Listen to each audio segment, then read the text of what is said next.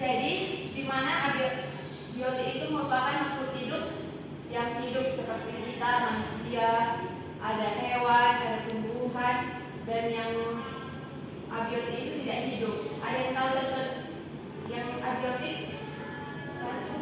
Ya betul. Lagi? Tanah, udara.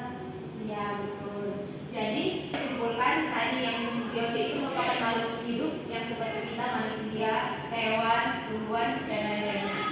Yang abiotik tadi seperti cahaya matahari, suhu, kelembapan, dan udara. Jadi di sini ada yang tahu apa itu ekosistem? Jadi ekosistem itu adalah interaksi antara makhluk hidup dan benda-benda tak hidup di sebuah lingkungan. Bagus. Jadi ekosistem itu merupakan interaksi antara makhluk hidup satu yang hidup dengan yang tidak hidup di anak-anak. Baik, selanjutnya itu tentang susunan dalam ekosistem. Ekosistem itu tersusun dari 3. Ada yang tahu? Tidak ada ya. Yang pertama itu ada individu, yang kedua itu ada populasi, yang ketiga itu ada komunitas. Di mana individu itu adalah makhluk hidup seperti makhluk hidup tunggal seperti seekor kambing, sebuah tanaman, sebuah pohon, dan lain-lain.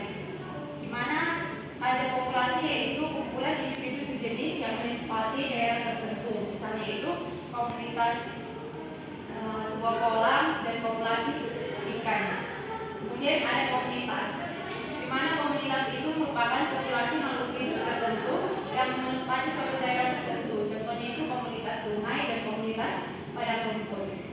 Baik, sekarang kita masuk ke tahap hubungan antar makhluk hidup atau simbiosis. Di sini ada yang tahu apa itu simbiosis?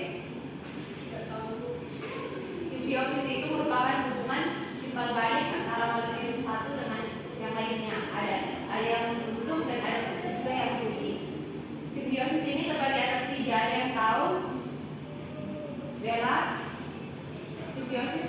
Simbiosis mutualisme, komensalisme, Dan parasitisme. Ya bagus. Jadi simbiosis mutualisme ini yang sama-sama menguntungkan. Di mana contohnya itu burung jala dengan kerbau. Di mana si burung jala ini memakan mutu dari si kerbau. Kemudian ada simbiosis parasitisme, di mana yang di sini satu diuntungkan dan satu dirugikan. Ada yang tahu contohnya anak-anak? Satu diuntungkan dan satu yang dirugikan. Iya betul. Kenapa si benalu dan pohon? karena si benalu ini tidak tumbuh di pohon, sehingga pohon ini kehilangan Ya betul ya anak-anak. Lebih tepatnya lagi karena si benalu ini mengisap makanannya dari si pohon tersebut. Jadi si pohon dirugikan, sedangkan benalu yang diuntungkan. Kemudian ada simbiosis komensalisme, di mana komensalisme ini di mana simbiosis itu satu diuntungkan dan satu lagi diuntungkan dan tidak dirugikan.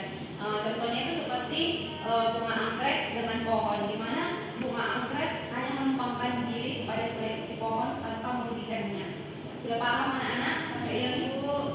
Baik. Jadi ibu mau membuat rantai makanan ekosistem sawah.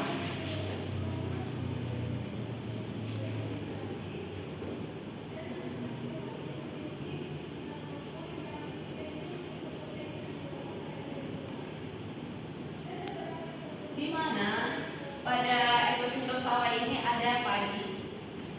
Padi ini merupakan produsen. Mengapa padi dikatakan produsen? Karena padi ini dapat menghasilkan makanannya sendiri dengan melakukan fotosintesis. Kemudian si padi ini dimakan oleh tikus. Tikus merupakan konsumen tingkat 1. Kemudian tikus ini nantinya akan dimakan oleh ular. Ular ini juga merupakan konsumen tingkat 2. kemudian ulang dimakan oleh elang.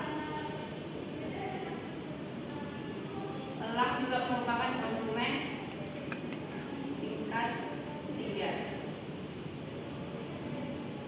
Kemudian elang ini nanti bakalan mati karena adanya jamur ataupun hasil penguraian si jamur ini nantinya akan diubah oleh mikroorganisme seperti jamur, bakteri, kemudian akan kembali lagi sebagai makanan oleh si padi. Kita sudah paham sampai saat ini? Baik, kalau sudah paham, Ibu akan berikan sebuah soal diskusi untuk kalian kerjakan. Waktunya ada 5 menit ya anak-anak. Panduannya ada di situ ya, tulisannya. Baik Bu. Kristi boleh mempresentasikannya ke depan.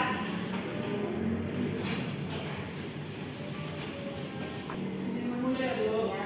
Jadi dari gambar yang pertama itu menurut kelompok kami penyebabnya itu karena membuang sampah sembarangan. Kemudian cara menanggulangi itu tentu dengan membuang sampah pada tempatnya. Lalu yang kedua itu penyebab kerusakan itu karena kebakaran hutan yang disebabkan oleh manusia. Mungkin cara menanggulanginya itu kita lebih menjaga hutan dan melakukan rehabilitasi atau penanaman kembali. Selanjutnya saya sampaikan dulu. Penyebab kerusakannya itu disebabkan oleh asap kendaraan. Cara menanggulanginya itu dengan menggunakan kendaraan listrik dan lebih sering berjalan kaki. Baik, sekian hasil diskusi kami. Apakah ada teman-teman yang ingin bertanya? Baik, cukup sekian. Saya kembalikan kepada Ibu. Baik, beri tepuk tangan kepada kelompok 1. Kepada kelompok 2 dipersilakan.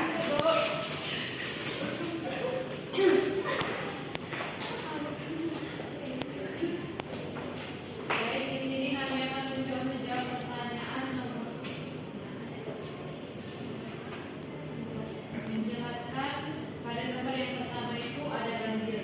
Jadi penyebab kerusakan ini akibat dari masyarakat yang membuang sampah secara sembarangan. Cara menanggulanginya itu dengan tidak membuang sampah dengan sembarangan dan mengadakan sosialisasi terhadap masyarakat.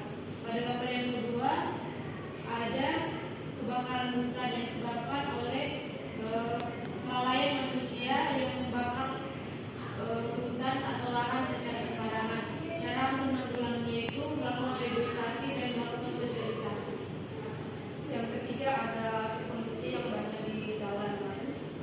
Cara menanggulangi ini dengan menggunakan transportasi yang listrik. Selain itu kita harus menanam juga pohon di jalan agar mengurangi dari emisi dari polusi. Ya, bagus. Beri tepuk tangan kepada kelompok 2. Selalu apa ya anak-anak, jangan membuang sampah sembarangan, menanam pohon kembali, dan mengingatkan sekitar-sekitar kita agar tidak melakukan hal-hal yang tidak sehat di luar sana. Jadi untuk kesimpulan hari ini ada yang bisa menyimpulkan? Ya, pada Rizky. Jadi kesimpulan pembelajaran pendapat hari ini yaitu ekosistem itu merupakan interaksi antara makhluk hidup dan benda-benda tak hidup di sebuah lingkungan. Kemudian ekosistem itu tersusun atas 3, yaitu yang pertama individu, kemudian populasi, dan ada komunitas. Dan hubungan antara makhluk hidup itu biasanya disebut dengan simbiosis, di mana simbiosis tersebut adalah hubungan dua makhluk hidup yang berbeda namun saling berkaitan dengan keduanya. Dan simbiosis tersebut dibagi menjadi 3 macam, yaitu simbiosis mutualisme, parasitisme, dan komensalisme. Baik, bagus. Tepuk tangan kepada Rizky. Iya, nah, jadi dapat disimpulkan yang pertama itu ekosistem itu merupakan hubungan antara makhluk hidup yang tidak hidup dengan yang hidup. Kemudian ada susunan komponen individu itu yang pertama individu, ada populasi dan komunitas. Kemudian simbiosis itu merupakan hubungan timbal balik antara dua makhluk hidup yang berbeda, yang satu menguntungkan maupun yang satu dirugikan, atau ada yang saling menguntungkan dan menguntungkan.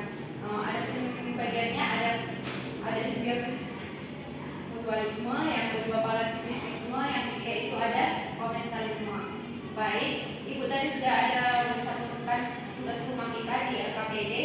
Tidak ada pertanyaan, boleh ditanyakan. Kapan dikumpulkan? Oh, dikumpulnya minggu depan ya, anak.